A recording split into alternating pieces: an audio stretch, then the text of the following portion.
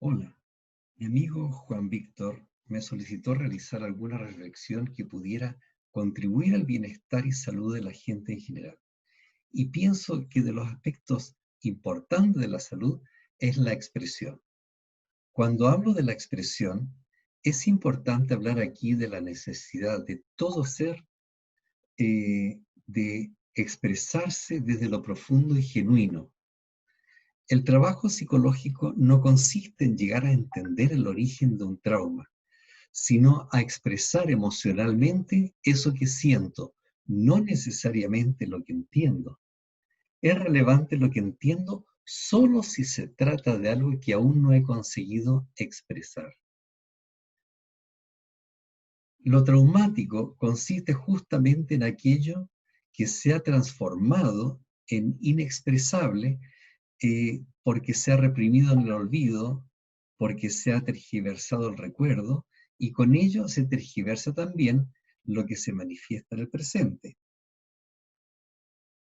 También es traumático porque llegar a expresarlo puede ser muy doloroso.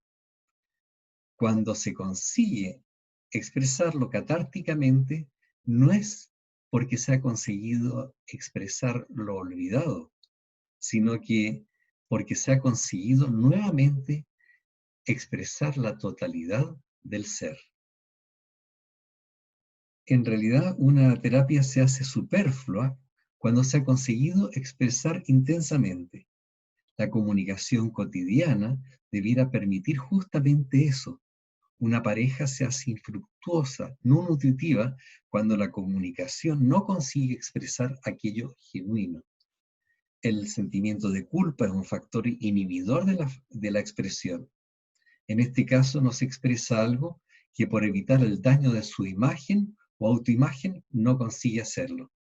La catarsis consiste justamente en conseguir expresarlo a pesar de ello, o en palabras de Freud, cuando consigue expresarlo a pesar de su super yo, es decir, de la moral y lo que yo imagino que los demás esperan de mí. La relación amorosa o cualquier relación se hace tediosa cuando no se expresa en su erotismo tal cual se siente, su rabia tal cual se siente, su desprecio tal cual es su odio.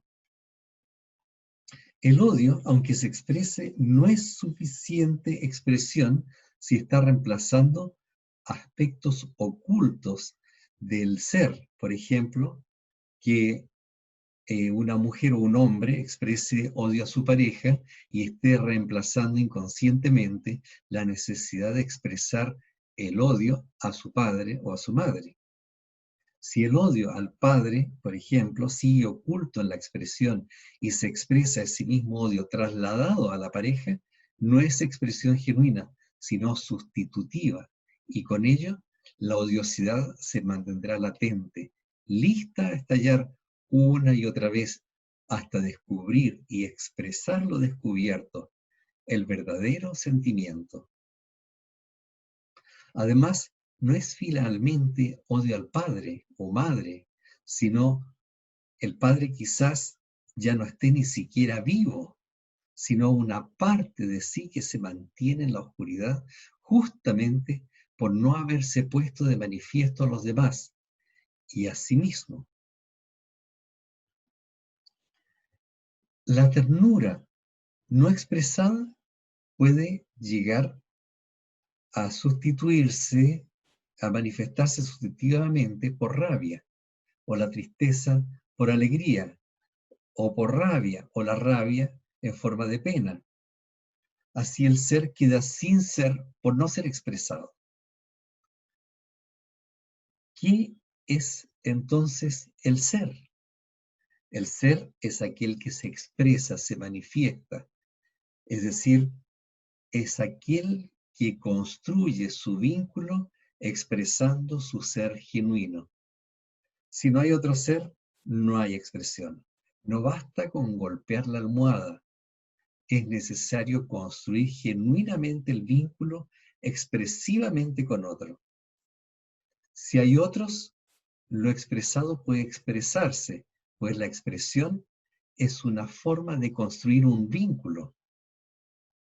Es con la forma de construir un vínculo con otro. Si no hay otro, no hay expresión, o por lo menos no suficiente. El trabajo terapéutico consiste en construir un vínculo expresivo. La empatía consiste en la capacidad de construir un vínculo donde se permite que el otro se exprese. Lo que lo impide es el ego de quien acoge la expresión, y ego es justamente aquella parte de sí que no ha sido expresada y que por lo mismo no puede recibir la expresión del otro.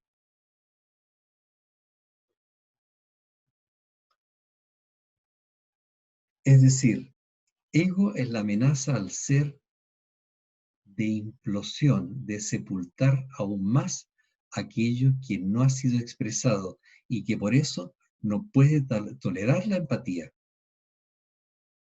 Un ataque es difícil de tolerar justamente porque podría sepultar o reprimir aún más la propia expresión.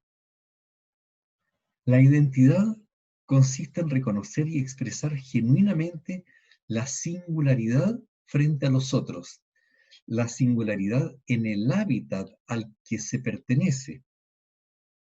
La represión cultural consiste justamente en la negación de la identidad. Por ejemplo, el machismo es parte del aparato cultural que incluye el poder masculino que reprime la identidad, la expresión de la singularidad de un ser por su género. Las religiones y la moral permiten que solo se exprese lo que supuestamente está bien a ojos de un ser divino. Lo genuino no es lo importante, sino lo bueno o lo malo. La expresión queda reducida a una expectativa de ser aceptado por la divinidad a pesar de la no expresión.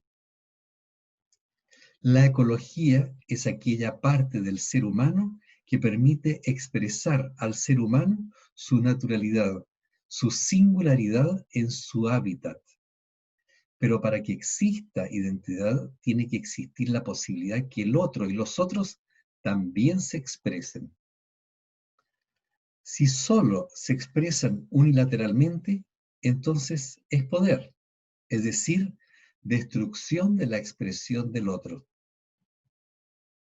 La cultura antiecológica permite solo la expresión de la civilización, sin permitir la expresión genuina de la naturaleza tal cual es, del hábitat al que pertenece ese ser humano singular en su hábitat natural. Si en su jardín pone cemento en lugar de flores, la naturaleza no se expresa. Si se tala un bosque, ya no puede haber expresión.